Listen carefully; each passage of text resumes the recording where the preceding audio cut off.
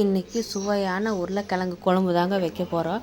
இது சாதத்துக்கு நல்லா இருக்குங்க. சாதத்துக்கும் நல்லாயிருக்கும், இட்லிக்கு தொட்டு சாப்பிட்டாலும் நல்லா இருக்குங்க, தோசைக்கு சப்பாத்திக்கு பூரிக்கெல்லாம் நல்லா இருக்குங்க. இதை நம்ம எப்படி வச்சேன்னு பார்க்கலாம் வாங்க. உருளைக்கிழங்கு வேகுது பாருங்கள். 5-6 உருளைக்கிழங்குங்க சின்ன சைஸில் அது போட்டு வேக வச்சுட்டுருக்கேங்க. கொதி வந்து நல்லா வெந்துட்டுருக்குதுங்க பாருங்கள். நல்லா வெந்து வந்துருச்சுங்க. அடுத்து இது தண்ணி வடிகட்டிட்டு நம்ம உரித்து தனியாக மசித்து வச்சுக்கலாங்க. அடுத்து அடுப்பில் கடாயை வச்சு ஒரு 2 ஸ்பூன் எண்ணெய் ஊற்றிக்கலாங்க. கடுகு 1 ஸ்பூனு, உளுத்தம்பருப்பு 1 ஸ்பூன் போட்டுக்கலாங்க, கடலைப்பருப்பு 1 ஸ்பூன் போட்டுக்கலாங்க, சீரகம் 1/2 ஸ்பூன் போட்டுக்கலாங்க. இதெல்லாம் நல்லா பொரிவிட்டுங்க. சின்ன வெங்காயம் ஒரு 4 பல் சின்ன வெங்காயம் கட் பண்ணி வச்சுருக்கேங்க. பெரிய வெங்காயம் ஒரு பெரிய வெங்காயம் கட் பண்ணி வச்சுருக்கேங்க, அதையும் சேர்த்துக்கலாங்க. இதெல்லாம் சேர்த்து வணக்கிக்கலாங்க. நல்லா வெங்காயம் வணங்கி வரட்டுங்க. கருவேப்பிலை தலை சேர்த்துக்கிறாங்க. பூண்டு ஒரு 5-6 பல் பூண்டு நல்லா சேர்த்துக்கிறேன். கட் பண்ணி பொடியாக கட் பண்ணி சேர்த்துக்கிறாங்க. பூண்டு அதிகமாக சேர்த்துனா தாங்க நல்லாயிருக்கும். அடுத்து இஞ்சி பூண்டு பேஸ்ட்டு 1 ஸ்பூன் ஆட்டம் சேர்த்துக்கிறாங்க. இதையும் சேர்த்து நல்லா வணங்கி வரட்டுங்க. வரமிளகா 2 வரமிளகா கிள்ளி போட்டுக்கிறாங்க, அதுவும் நல்லா வணங்கட்டுங்க. வெங்காயம் இதெல்லாம் நல்லா வணங்கி வரல தாங்க டேஸ்ட் நல்லாயிருக்கும். வெங்காயம் வணங்குறதுல தாங்க இருக்குது. அடுப்பு கொஞ்சம் சிம்லேயே வச்சு வணக்கிக்கலாங்க, வேகமாக வைக்க வேண்டாங்க. தக்காளி பார்த்திங்கன்னா 2 தக்காளிங்க மீடியம் சைஸில் கட் பண்ணி சேர்த்துக்கிறேங்க. இதையும் சேர்த்து நல்லா வணக்கிக்கலாங்க. உப்பு தேவையான அளவுக்கு போட்டுக்கலாங்க.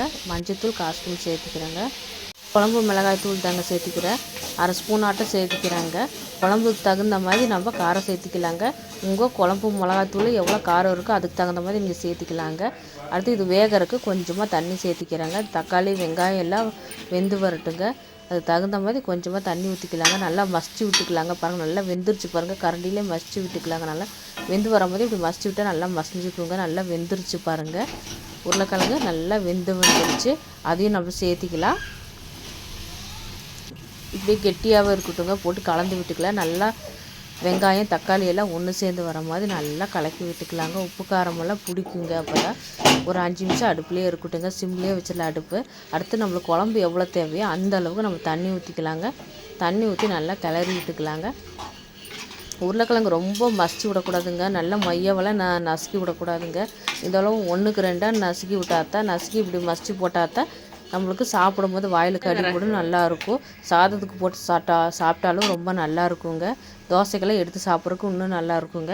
பாருங்கள் நம்மளுக்கு குழம்பு ரெடி ஆயிடுச்சு பாருங்கள். உருளைக்கிழங்கு குழம்பு, சுவையான உருளைக்கிழங்கு குழம்பு ரெடி ஆயிடுச்சு. குட்டீஸுக்கு இது ரொம்ப பிடிச்சது. உருளைக்கிழங்கு குழம்புனால விரும்பி சாப்பிடுவாங்க. நாங்கள் எங்கள் வீட்டில் இன்றைக்கி உருளைக்கிழங்கு குழம்பு தாங்க வச்சோம். சட்டுன்னு காலி ஆயிடுச்சுங்க.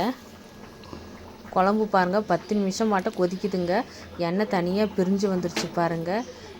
எண்ணெய் தனியாக பிரிஞ்சு வந்தால் தாங்க நம்மளுக்கு குழம்பு ரெடி ஆயிடுச்சுன்னு தெரியுங்க.